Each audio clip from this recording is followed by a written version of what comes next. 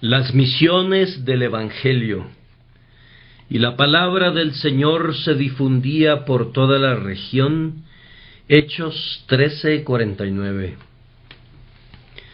No me voy a limitar al uso de este texto. Como es una vieja costumbre basarnos en textos cuando predicamos, he tomado uno, pero les voy a predicar en general acerca de un tema que les va a interesar y que siempre ha interesado, el tema de las misiones del Evangelio. Estamos persuadidos que todos ustedes coinciden en que es un deber absoluto, a la vez que un privilegio eminente de la Iglesia, proclamar el Evangelio al mundo. No concebimos que Dios hará su propio trabajo sin instrumentos, sino que, como siempre ha empleado medios en la obra de regeneración de este mundo, continuará haciéndolo, y que es necesario que la Iglesia haga su máximo esfuerzo para difundir la verdad donde quiera que pueda llegar a los oídos de algún hombre. No tenemos dos opiniones sobre ese punto. Algunas iglesias podrán tenerlas, pero nosotros no. Nuestras doctrinas, aunque supuestamente llevan a la apatía y a la pereza, en todo momento han demostrado ser eminentemente prácticas. Los padres de la misión siempre fueron amantes celosos de las doctrinas de la gracia de Dios, y creemos que los grandes pilares de la empresa misionera, si ha de tener éxito, deben ser siempre aquellos que sostienen firmemente y con valentía la verdad de Dios, y que también tienen fuego y celo y el deseo de difundir la verdad por todas partes.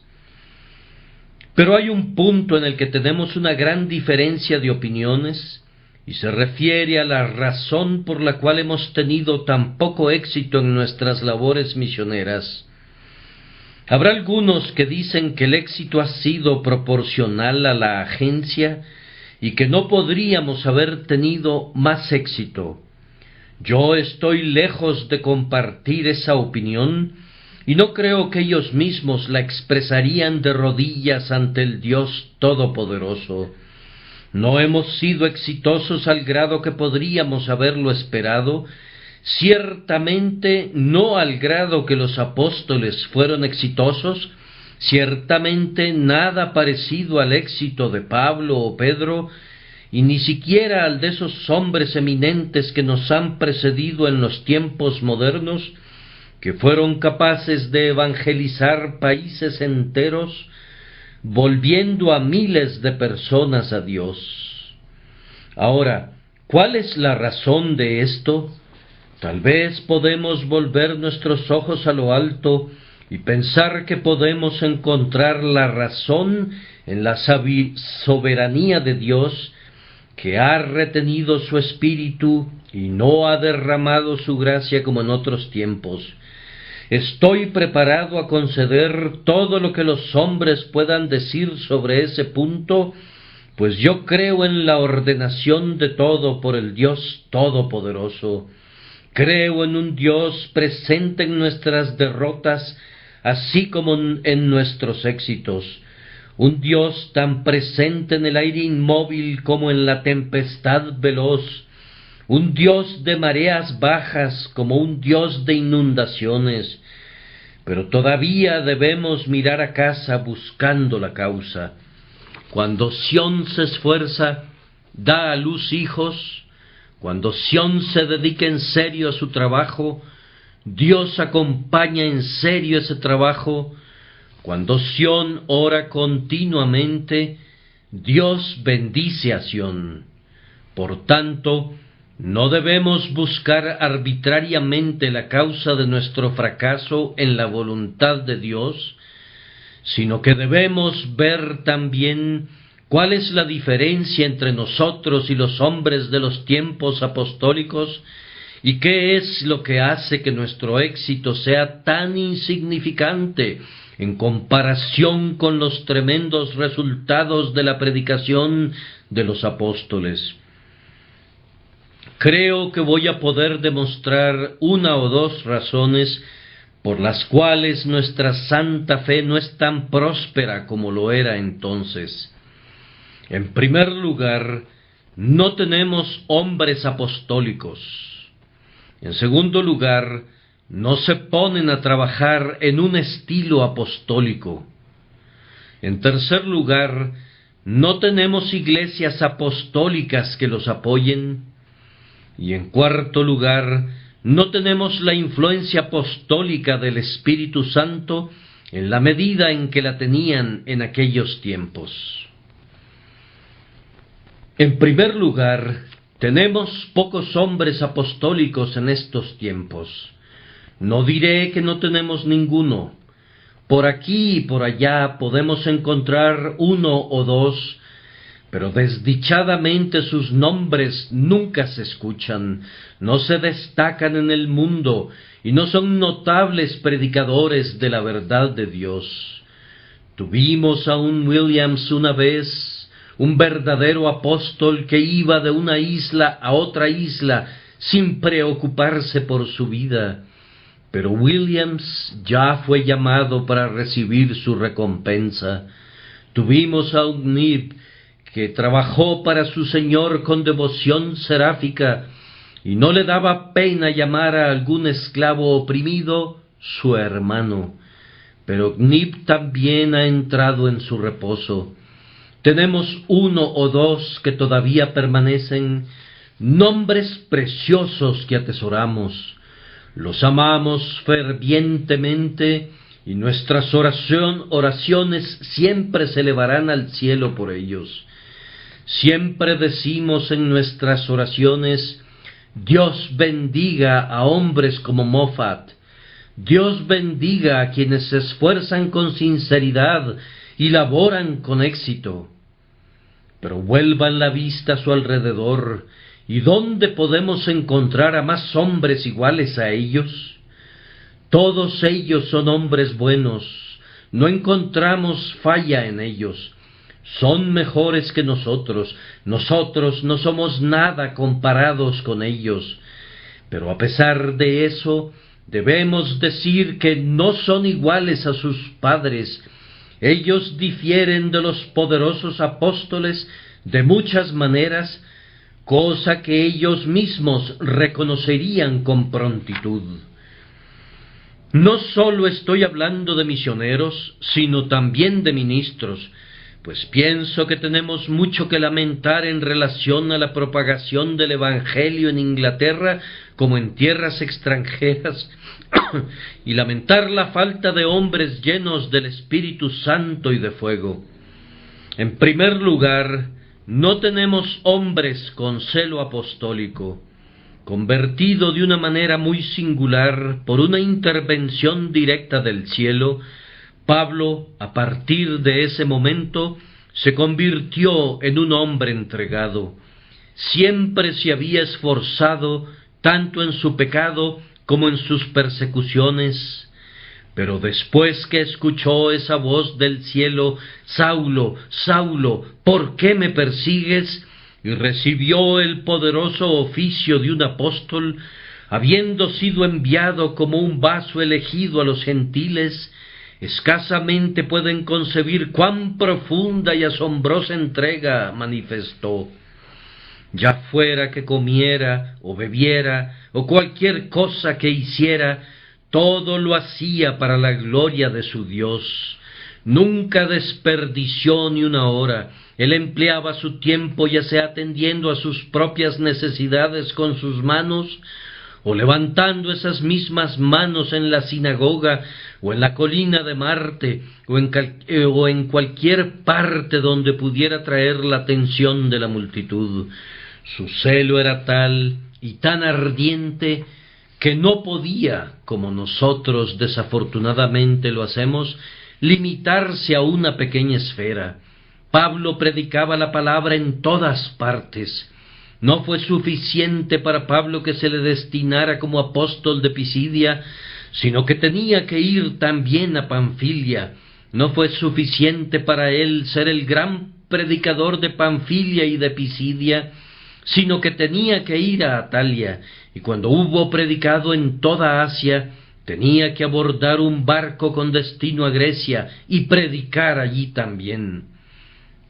Yo creo que Pablo no oyó solamente una vez en sueños a los hombres de Macedonia diciéndole: «Pasa a Macedonia y ayúdanos», sino que cada día y cada hora oía en sus oídos el grito de multitudes de almas: «Pablo, Pablo, pasa aquí y ayúdanos».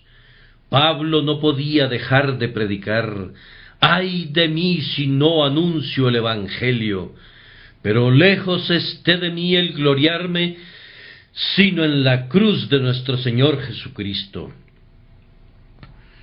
Oh, si hubieran podido ver a Pablo predicar, no se habrían ido como se van cuando nos oyen predicar, con la convicción a medias que no queremos decir realmente lo que decimos.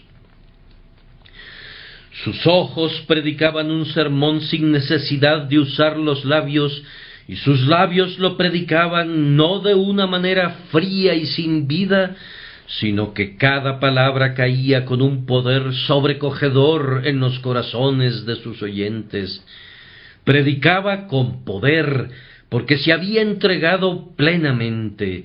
Si lo hubieran visto predicar, habrían tenido la convicción de que era un hombre que sentía que tenía una obra por realizar y la debía realizar, y no podía contenerse ni estar tranquilo a menos que la realizara. Era el tipo de predicador que si hubiera podido bajar del púlpito e ir derecho a su ataúd, para luego comparecer ante Dios, listo para entregar sus últimas cuentas. ¿Dónde están los hombres como ese hombre? Yo confieso que no puedo reclamar ese privilegio, y rara vez oigo un sermón solitario que se pueda aproximar a la marca de ese sincero, profundo y apasionado anhelo por las almas de los hombres. No tenemos ahora ojos como los ojos del Salvador, que podían llorar por Jerusalén. Tenemos pocas voces como esa voz sincera y apasionada que parecía exclamar perpetuamente: «Venid a mí, y yo os haré descansar». Jerusalén, Jerusalén, cuántas veces quise juntar a tus hijos, así como la gallina junta sus pollitos debajo de sus alas, y no quisiste. Si los ministros del Evangelio fueran más entregados en su trabajo de predicación, si en vez de dar conferencias y dedicar una buena parte de su tiempo a actividades literarias y políticas, quisieran predicar la palabra de Dios y predicarla como si estuvieran pidiendo por sus propias vidas, entonces, hermanos míos, podríamos esperar un gran éxito. Pero no podemos esperarlo mientras hagamos nuestro trabajo a medias, y mientras no tengamos ese celo, esa sinceridad y ese propósito profundo que caracterizó a los hombres de otros tiempos. Continuando, considero que no tenemos en nuestros días hombres que pueden predicar como Pablo en cuanto a su fe. ¿Qué hacía Pablo? Fue a Filipos, no conocía a nadie allí, absolutamente a nadie. Pablo tenía la verdad de su Señor y creía en el poder de esa verdad. No tenía ningún séquito y estaba desposeído de toda pompa, de cosas llamativas, de toda ostentación. No se subía a un púlpito con un cómodo cojín para dirigirse a una respetable congregación, sino que caminaba por las calles y empezaba a predicar a la gente. Fue a Corinto, a Atenas, solo, sin ayuda, para predicar el Evangelio del Dios bendito. ¿Por qué? Porque tenía fe en el Evangelio y creía que iba a salvar almas e iba a arrojar al suelo a los ídolos, destronándolos. No tenía ninguna duda acerca del poder del Evangelio. Pero en nuestros días, hermanos míos, no tenemos fe en el evangelio que predicamos. ¿Cuántos hay que predican un evangelio sin estar seguros que va a salvar almas, y por lo tanto añaden cosas que les son propias para, eso piensan ellos, así poder ganar hombres para Cristo? Hemos conocido a algunas personas que creían en las doctrinas calvinistas, pero que predicaban calvinismo en la mañana y arminianismo en la noche, porque temían que el evangelio de Dios no convertiría a los pecadores. Así que querían fabricarse un evangelio propio. Yo sostengo que un hombre que no cree que su evangelio pueda salvar las almas de los hombres, no cree en absoluto en el evangelio. Si la verdad de Dios no va a salvar las almas de los hombres, las mentiras de los hombres no podrán. Si la verdad de Dios no vuelve a los hombres hacia el arrepentimiento, estoy seguro que no hay nada en este mundo que pueda. Cuando creemos que el evangelio es poderoso, entonces comprobaremos que es poderoso. Si vengo a este púlpito y digo, sé que lo que predico es verdad, el mundo dice que me encanta hablar de mí mismo. Ese joven es dogmático. Ay, y ese joven quiere ser dogmático. Él se gloría en eso, lo considera como uno de sus títulos especiales, pues cree firmemente en lo que predica. Dios no quiera que alguna vez suba vacilante las escaleras del púlpito para algo de lo que no estoy seguro, algo que espero que pueda salvar a los pecadores, pero sin tener certeza absoluta. Cuando tengo fe en mis doctrinas, esas doctrinas prevalecerán, pues la confianza es la que obtiene la victoria. Quien tiene el valor suficiente para tomar el estandarte y mantenerlo en alto, ciertamente tendrá sus seguidores. Quien dice, yo sé, y lo afirma categóricamente en el nombre de su Señor, sin discusión, antes de mucho tiempo encontrará hombres que escuchen lo que dice y que dirán, este hombre habla como quien tiene autoridad y no como los escribas y los fariseos.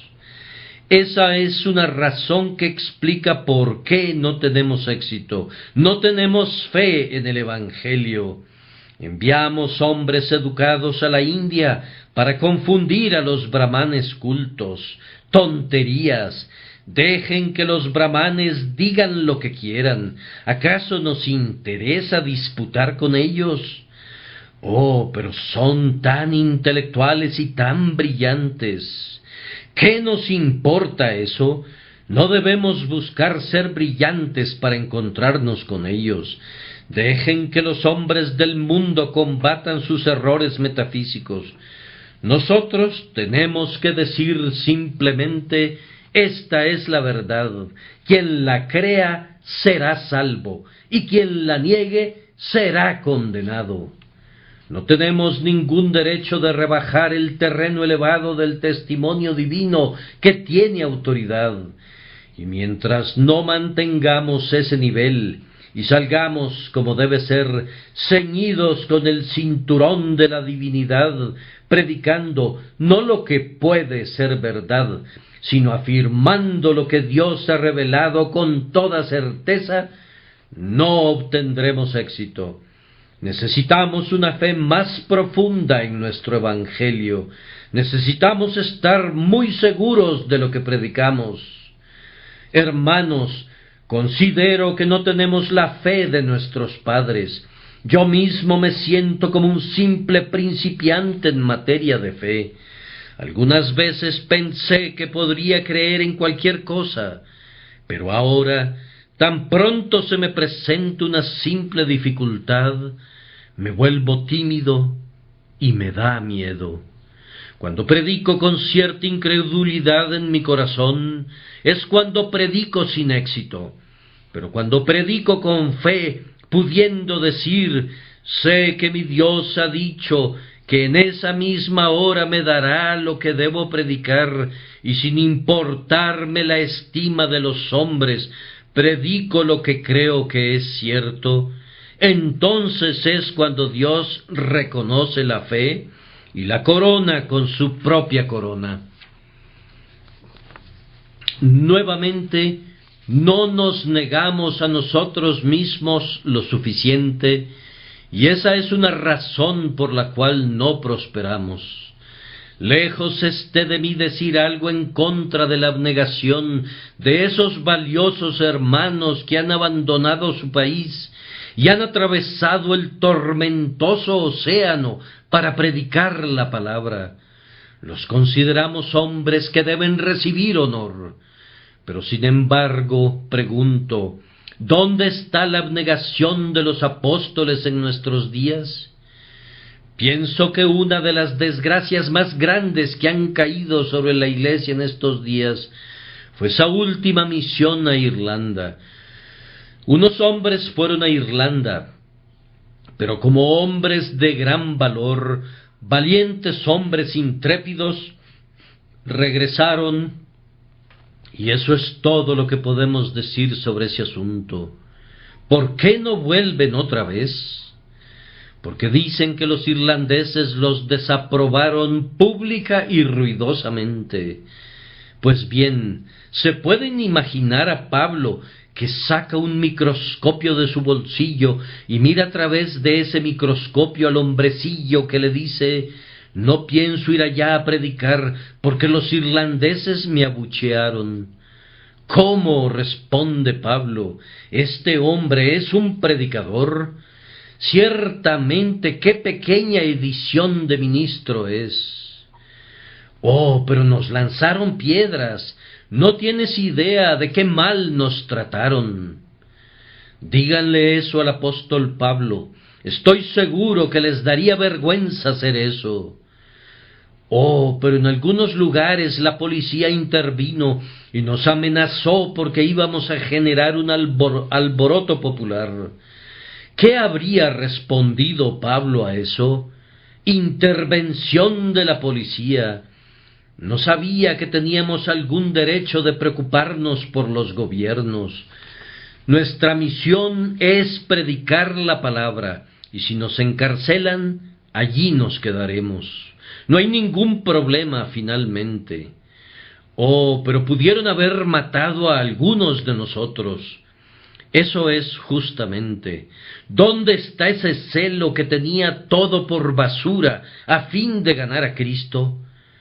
Creo que si hubieran matado a unos pocos de nuestros ministros, el cristianismo habría prosperado. Sin importar el luto que hubiéramos guardado, y yo hubiera sido el primero en guardarlo, digo que la matanza de una docena de ellos no hubiera sido mayor causa de tristeza que la muerte de cientos de nuestros hombres en una lucha exitosa por el territorio nacional. Yo consideraría que mi sangre habría sido derramada con un buen fin en un esfuerzo tan santo. ¿Cómo prosperó el Evangelio en tiempos pasados? ¿Acaso no entregaron algunos sus vidas por el Evangelio y otros más no alcanzaron la victoria pasando sobre los cadáveres asesinados de sus hermanos? Y no debe ser así ahora. Si vamos a retroceder porque tenemos miedo de perder la vida, solo el cielo sabe cuándo será predicado el Evangelio en todo el mundo. Nosotros no. ¿Qué han hecho otros misioneros? ¿Acaso no han encarado la muerte en sus más horribles formas y han predicado la palabra en medio de incontables peligros? Hermanos míos, de nuevo repetimos, no estamos criticando, pues nosotros mismos podríamos errar de la misma manera, pero estamos seguros de que en eso no somos iguales que Pablo. Él fue a un sitio donde le apedrearon y le arrastraron fuera de la ciudad, suponiendo que estaba muerto. ¿Acaso dijo Pablo, pues bien, en el futuro no voy a ir a ningún lugar donde me traten mal? No, pues dice: 5 veces he recibido de los judíos 40 azotes menos 1. 3 veces he sido flagelado con varas. 3 veces he padecido naufragio. Estoy seguro que no tenemos la abnegación de los apóstoles. Nosotros somos simples caballeros ociosos y guerreros de salón. Cuando llego a mi casa y veo qué vida tan confortable y feliz llevo, me digo a mí mismo: qué poca cosa hago por mi Señor. Me avergüenzo porque no puedo negarme a mí mismo por su verdad e ir por todas partes predicando su palabra. Veo con lástima a la gente que dice: no prediques tan a menudo, vas a matarte. Oh Dios mío, ¿qué habría respondido Pablo a esto? Cuida tu físico, tú eres muy temerario, estás demasiado lleno de entusiasmo. Cuando me comparo con esos hombres de otros tiempos, digo: oh, que esos hombres pretendan llamarse cristianos, pero que busquen detener nuestra obra de fe y nuestra labor de amor por causa de una pequeña consideración acerca del físico, que más bien se fortalece al predicar la palabra de Dios. Pero oigo que alguien susurra: debes ser flexible. Mi querido amigo, estoy siendo sumamente flexible. No estoy criticando a esos amigos, son buenas personas.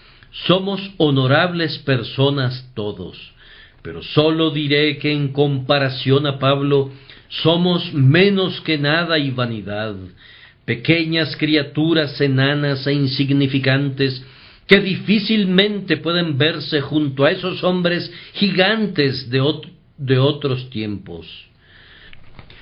Unos de mis oyentes tal vez puedan sugerir que esta no es la única causa y observan: yo creo que debes disculparlos, pues los ministros no pueden hacer milagros ahora. Bien, he considerado eso también, y ciertamente es una desventaja, pero no la considero muy grande, pues si lo fuera, Dios no la hubiera dejado existir. Él dio ese don a la Iglesia en su infancia, pero ahora ya no la necesita. Nos equivocamos al atribuir demasiado a los milagros. ¿Cuál era uno de ellos? Donde quiera que iban los apóstoles, podían hablar el idioma del lugar. Bien, en el tiempo que le hubiera tomado a Pablo caminar de aquí a la India, podríamos aprender el indostano, y podemos ahora llegar rápidamente utilizando los medios del transporte disponibles ahora. Así que no se ganaría mucho. Luego, para dar a conocer el Evangelio a los pueblos, se necesitaban milagros de tal manera que todo el mundo hablara de ese tema. Pero ahora tenemos imprentas que nos ayudan. Lo que digo hoy podrá ser leído dentro de 6 meses más allá de los montes Apalaches en los Estados Unidos, y lo mismo con otros ministros. Lo que dicen y lo que hacen puede ser impreso de inmediato y distribuido por todas partes. Así que tienen medios para darse a conocer que no están muy por detrás del poder de los milagros. Asimismo, tenemos una gran ventaja sobre los apóstoles. Donde quiera que iban eran perseguidos y algunas veces los mataban. Pero ahora, aunque ocasionalmente oímos acerca del asesinato de un misionero, esto ocurre muy raras veces. La matanza de un inglés en cualquier parte provocaría el envío de una flota de buques de guerra para recompensar esa ofensa con un castigo. Todo el mundo respeta a un inglés en cualquier parte. Tiene el sello del gran César. Él es un verdadero cosmopolita, es un ciudadano del mundo. Eso no podría decirse de los pobres judíos despreciados. Tal vez a Pablo le tenían cierto respeto, pues él era un ciudadano romano, pero no así al resto de los judíos. Ahora no nos pueden matar sin que esto genere mucho ruido. El asesinato de 2 o 3 ministros en Irlanda provocaría un tremendo tumulto en todo el país. El gobierno tendría que intervenir, todo el mundo se levantaría en armas, y luego podríamos predicar con la protección de la policía y así recorrer todo el territorio, provocando a los sacerdotes, asustando al anticristo y haciendo que la superstición huyera de sus cuevas para siempre. En segundo lugar, no hacemos nuestro trabajo en un estilo apostólico. ¿Cómo es eso? Pues, en primer lugar, hay una queja general que no hay la suficiente predicación por parte de ministros o misioneros. Ellos están tranquilos interpretando, estableciendo escuelas y haciendo esto y lo otro y lo demás allá. No estamos criticando esto, pero esa no es la labor a la que se deberían dedicar. Su oficio es predicar, y si predicaran más, podrían esperar un mayor éxito. El misionero Chamberlain predicó una vez en un determinado lugar, y muchos años después se descubrieron unos discípulos en ese lugar, originados por ese único sermón. Williams predicaba en todas partes donde iba, y Dios lo bendecía. Moffat predicaba en todas partes a donde iba, y su trabajo era reconocido. Ahora tenemos nuestras iglesias y nuestras imprentas en las que invertimos mucho dinero. Esto es hacer buenas cosas, pero no es hacer el bien. No estamos utilizando los medios que Dios ha ordenado y por lo tanto no podemos esperar que progresemos. Algunos dicen que hay demasiada predicación en Inglaterra en nuestros días. Pues bien, la tendencia de los tiempos es rebajar la predicación, pero es la locura de la predicación la que va a cambiar el mundo. No corresponde a los hombres decir, si predicas menos, puedes estudiar más. Se requiere mucho estudio cuando se tiene una iglesia establecida, pero yo entiendo que los apóstoles no necesitaban ningún estudio, sino que simplemente entregaban las sencillas verdades cardinales de la religión, no utilizando solamente un texto, sino recorriendo todo el catálogo de la verdad. Así pues, pienso que en las labores evangélicas itinerantes no debemos quedarnos en un solo tema, pues de esa manera tendríamos que estudiar, sino que más bien sería conveniente predicar toda la verdad donde quiera que vamos. De esta manera siempre encontraremos palabras que entregar y verdades siempre listas para enseñar a la gente. A continuación, considero que se ha cometido un gran error al no afirmar la divinidad de nuestra misión, permaneciendo firmes en la verdad, que es una revelación que no debe ser puesta a prueba por los hombres, sino que debe ser creída. Siempre sosteniendo esto, el que cree y es bautizado será salvo, pero el que no cree será condenado. Me duele cuando leo que nuestros misioneros sostienen disputas con los brahmanes, y se dice algunas veces que el misionero ha derrotado al brahmán porque ha mantenido la calma, y así el evangelio ha sido muy honrado como consecuencia del debate. Yo considero que el evangelio fue rebajado por la controversia. Pienso que el misionero debe decir: vengo a decirles algo que el único Dios del cielo y de la tierra ha dicho, y les digo antes de anunciarlo, que si creen serán salvos, y si no, serán condenados.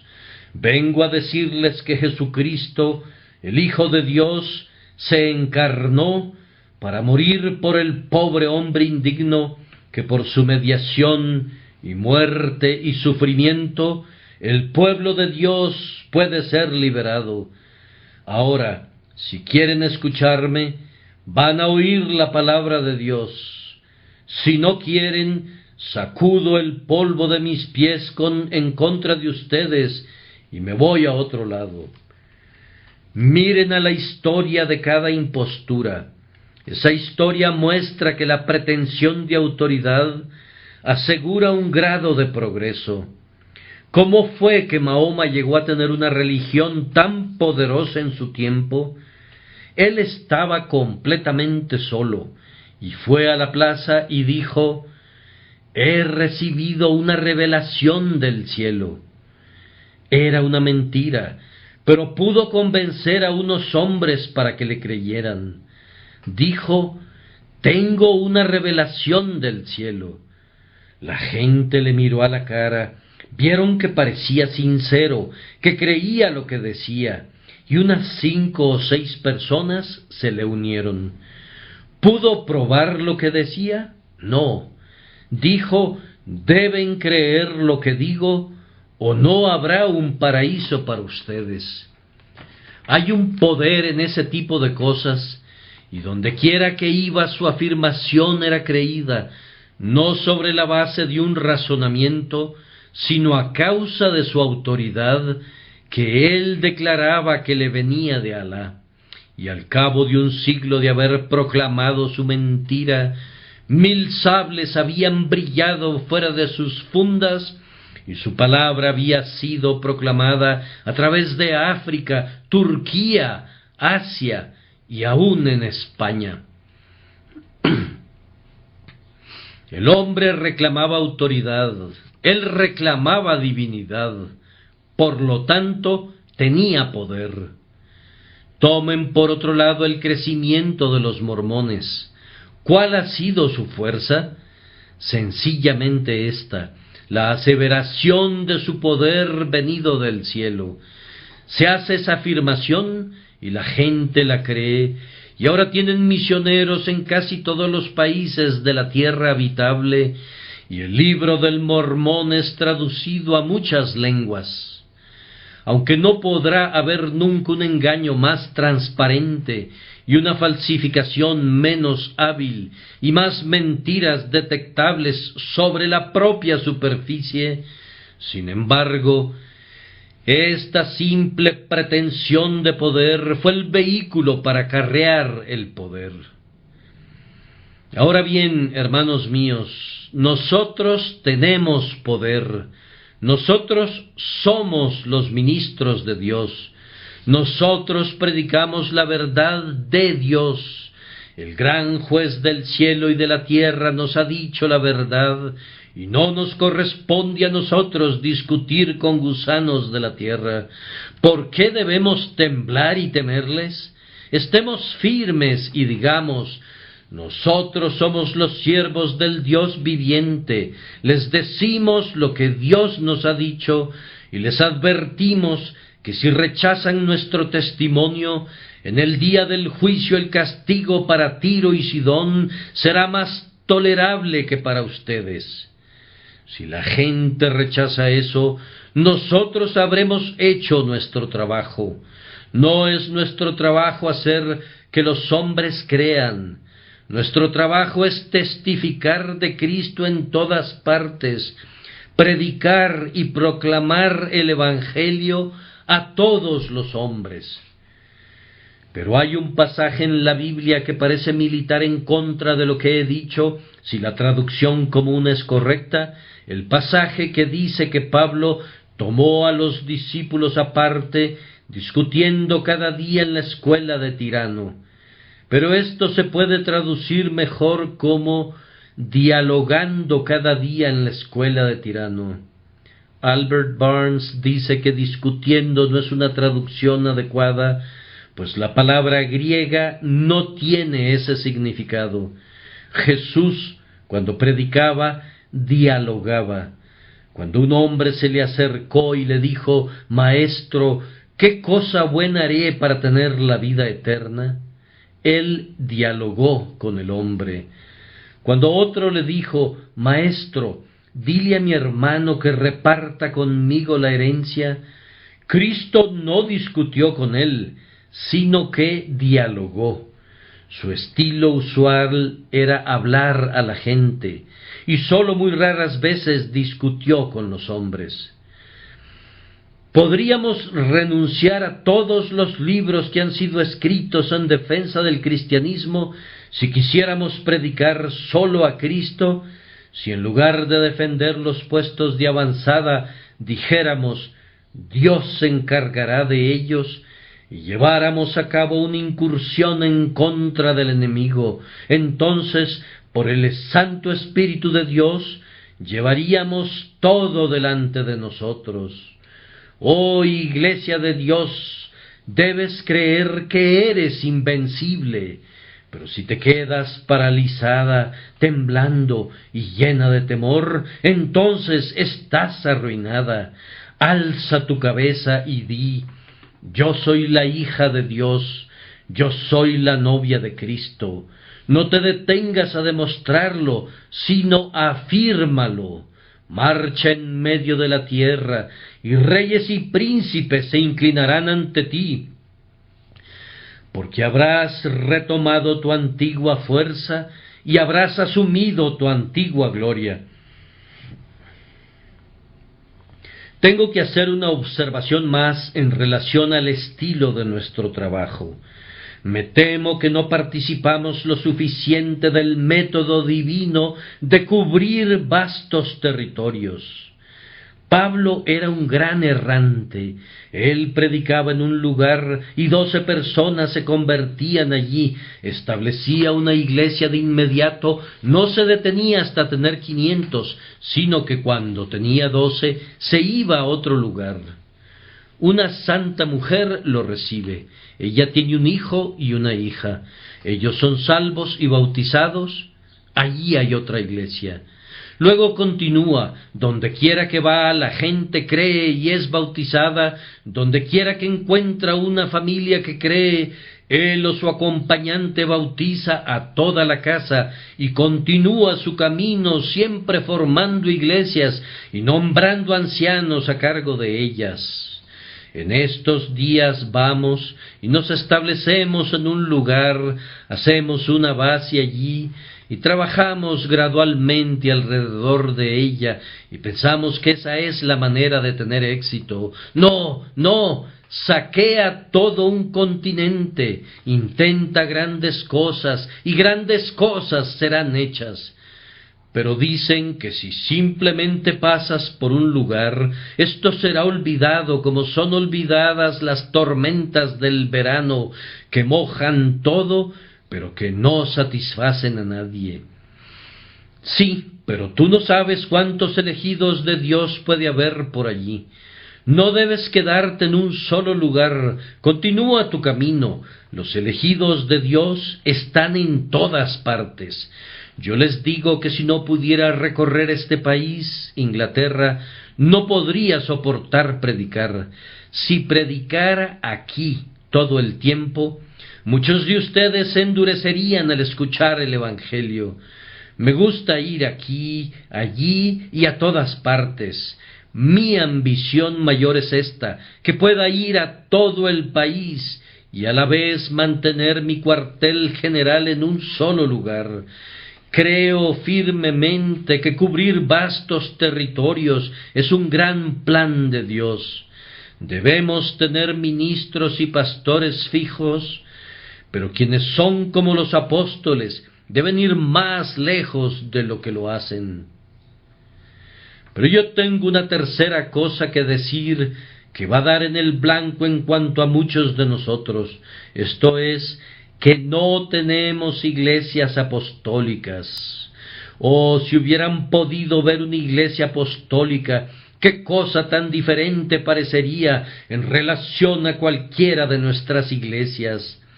Tan diferente, casi diría yo, como la luz lo es de la oscuridad. Tan diferente como el lecho seco de un arroyo en el verano, lo es de un poderoso río que fluye, siempre lleno, profundo y claro, siempre apresurándose hacia el océano. Ahora, ¿dónde está nuestra vida de oración comparada con la de ellos? Confío que algo sabemos acerca del poder de la oración en esta iglesia, pero no creo que oremos como ellos lo hacían. Y partiendo el pan casa por casa, participaban de la comida con alegría y con sencillez de corazón, alabando a Dios. Como regla, no había ningún miembro de la iglesia que fuera frío o indiferente. Entregaban completamente sus almas a Dios. Y cuando Ananías y Zafira sustrajeron del precio, cayeron y murieron por su pecado.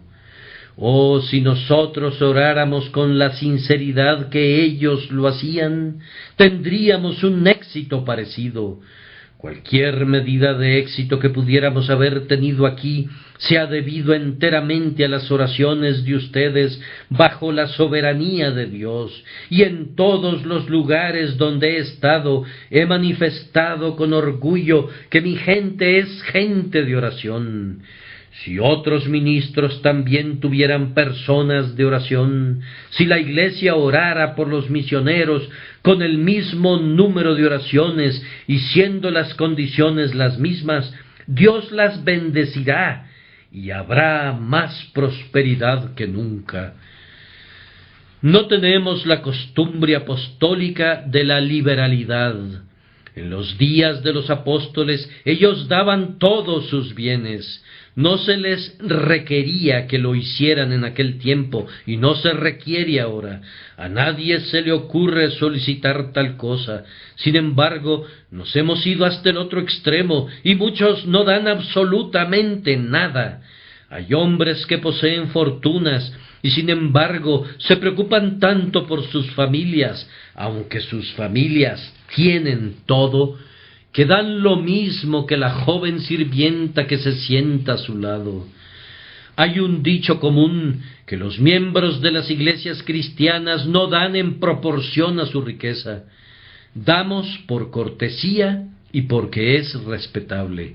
Muchos de nosotros damos, espero, porque amamos la causa de Dios, pero muchos decimos: hay un pobre albañil que trabaja muy duro toda la semana y solo gana lo suficiente para mantener a su esposa y a su familia. Él va a dar un peso. Ahora, yo gano tantos miles de pesos a la semana. Soy un hombre rico. ¿Cuánto daré? Bueno, voy a dar 100 pesos. Otro dice: voy a dar 20 pesos esta mañana. Ahora, si compararan su riqueza con lo que tiene el albañil, verían que él da todo lo que le queda por encima de su nivel de manutención, mientras que ellos, comparativamente, no dan nada. Queridos hermanos, no somos cristianos a medias. Esa es la razón por la cual no podemos tener éxito a medias. Somos cristianos, pero me pregunto si lo somos plenamente. El Espíritu de Dios no ha entrado en nosotros para darnos esa vida y ese fuego y esa alma que poseían en aquellos tiempos antiguos. Finalmente, como resultado de las otras cosas que hemos visto, y tal vez en parte por causa de ellas también, no tenemos el Espíritu Santo en esa medida que poseían los apóstoles. No veo ninguna razón por la cual esta mañana, si Dios así lo quisiera, yo no pudiera estar frente a ustedes y predicar un sermón que fuera el instrumento de la conversión de cada alma presente en este lugar. No veo ninguna razón por la cual mañana yo no pudiera predicar un sermón que fuera el medio de salvación de todos los que lo oyeran, si el Espíritu de Dios fuera derramado. La palabra es capaz de convertir de manera tan amplia como Dios el Espíritu quisiera aplicarla. No veo ninguna razón por la cual, Si tenemos conversiones solas o en pequeños grupos ahora, no haya un momento cuando cientos y miles vengan a Dios. El mismo sermón que Dios bendice para 10 personas, si Él quisiera, sería de bendición para 100 personas. Estoy seguro que en los últimos tiempos, cuando venga Cristo y comience a tomar el reino para sí, cada ministro de Dios tendrá tanto éxito como Pedro en el día de Pentecostés. Estoy seguro que el Espíritu Santo es capaz de hacer que la palabra tenga éxito, y la razón por la que no prosperamos es que no tenemos al Espíritu Santo apoyándonos con poder y energía como ellos lo tenían en aquel entonces. Hermanos míos, si tuviésemos al Espíritu Santo en nuestro ministerio, nuestro talento no tendría ninguna importancia. Los hombres pueden ser pobres y sin ninguna educación. Sus palabras pueden ser entrecortadas y con muchos errores gramaticales, sin las frases impactantes de Hall o los gloriosos truenos de Chalmers. Pero si el poder del Espíritu estuviera con ellos, los más humildes evangelistas tendrían mucho más éxito que los más pomposos teólogos o los más elocuentes predicadores. Es la gracia extraordinaria, no el talento, lo que prevalece al final del día. El poder espiritual extraordinario, no el poder mental extraordinario. El poder mental puede llenar una capilla, pero el poder espiritual llena a la iglesia. El poder mental puede reunir una congregación. El poder espiritual salva almas. Necesitamos poder espiritual. Conocemos algunas personas ante cuyo talento reconocemos que no valemos, pero que no tienen poder espiritual, y cuando ellos hablan, no tienen al Espíritu Santo apoyándolos. Pero conocemos a otros, hombres sencillos de mucho valor y empeño, que hablan con el dialecto de su región, y que predican en sus lugares de origen. Y el Espíritu Santo viste cada una de sus palabras con poder. Los corazones son quebrantados, las almas son salvadas, y los pecadores nacen de nuevo.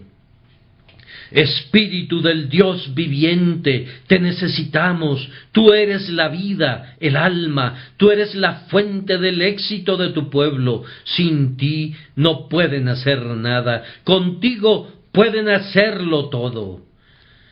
Así he intentado mostrarles lo que pienso que es la causa de nuestra falta de éxito parcial. Y ahora permítanme, con toda sinceridad, suplicarles a nombre de Cristo y del Santo Evangelio de Cristo, que se motiven para desarrollar esfuerzos renovados para difundir su verdad y para orar con más entrega para que venga su reino y su voluntad se cumpla en la tierra así como en el cielo. Ah, mis amigos, si yo pudiera mostrarles los cientos de miles de espíritus que ahora caminan en las tinieblas exteriores, si pudiera llevarlos a la tenebrosa cueva del infierno y mostrarles los millares y millares de almas paganas en medio de una tortura indecible, sin haber escuchado ni una palabra, pero que fueron justamente condenadas por sus pecados, me parece que podrían ustedes preguntarse: ¿hice algo por salvar a estos infelices millares de personas? Ellos han sido condenados, ¿y acaso puedo decir que soy inocente de su sangre? Oh Dios de misericordia, si estas ropas están limpias de la sangre de los hombres, tendré un motivo eterno para bendecirte en el cielo. Oh Iglesia de Cristo, tienes una razón muy importante para preguntarte si estás limpia en esta materia. Ustedes dicen con demasiada frecuencia, ustedes hijos de Dios, ¿soy yo acaso el guarda de mi hermano? Ustedes son demasiado parecidos a Caín. No se preguntan a ustedes mismos si Dios va a demandar de manos de ustedes la sangre de sus compañeros.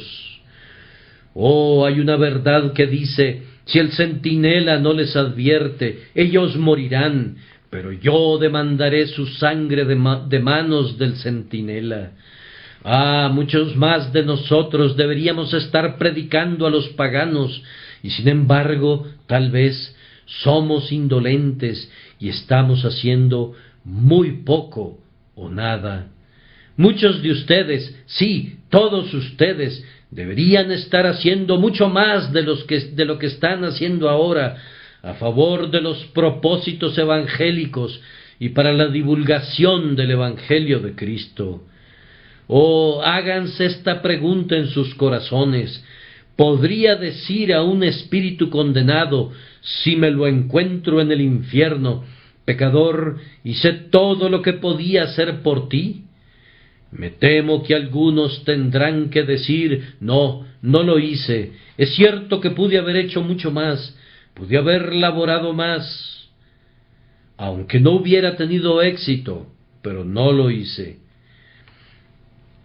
Ah, queridos amigos, pienso que hay una razón muy importante para dudar que algunos de nosotros creemos verdaderamente en nuestra religión. Una vez, un infiel se encontró con un cristiano y dijo: yo sé que no crees en tu religión. ¿Por qué?, preguntó el cristiano. Porque, respondió el infiel, durante años te has encontrado conmigo cuando voy a mi trabajo. ¿Tú crees, no es cierto, que hay un infierno en el que son arrojados los espíritus de los hombres? Sí, lo creo, replicó el cristiano. ¿Y tú crees que a menos que yo crea en Cristo seré enviado allí? Sí. No lo crees, estoy seguro, ya que si creyeras, serías un infeliz muy inhumano pasando a mi lado día a día, sin decirme nunca nada acerca de eso y sin advertirme al respecto. Yo sostengo que hay algunos cristianos que son verdaderamente culpables en este asunto. Dios los perdonará. La sangre de Cristo puede lavar completamente aún eso, pero ellos son culpables. ¿Has pensado alguna vez en el tremendo valor de una sola alma? Queridos amigos, si hubiera un solo hombre sin salvación en Siberia y todo el resto del mundo fuera salvo, si Dios moviera nuestras mentes, ¿valdría la pena que toda la gente de Inglaterra fuera tras esa alma? ¿Han pensado alguna vez en el valor de un alma?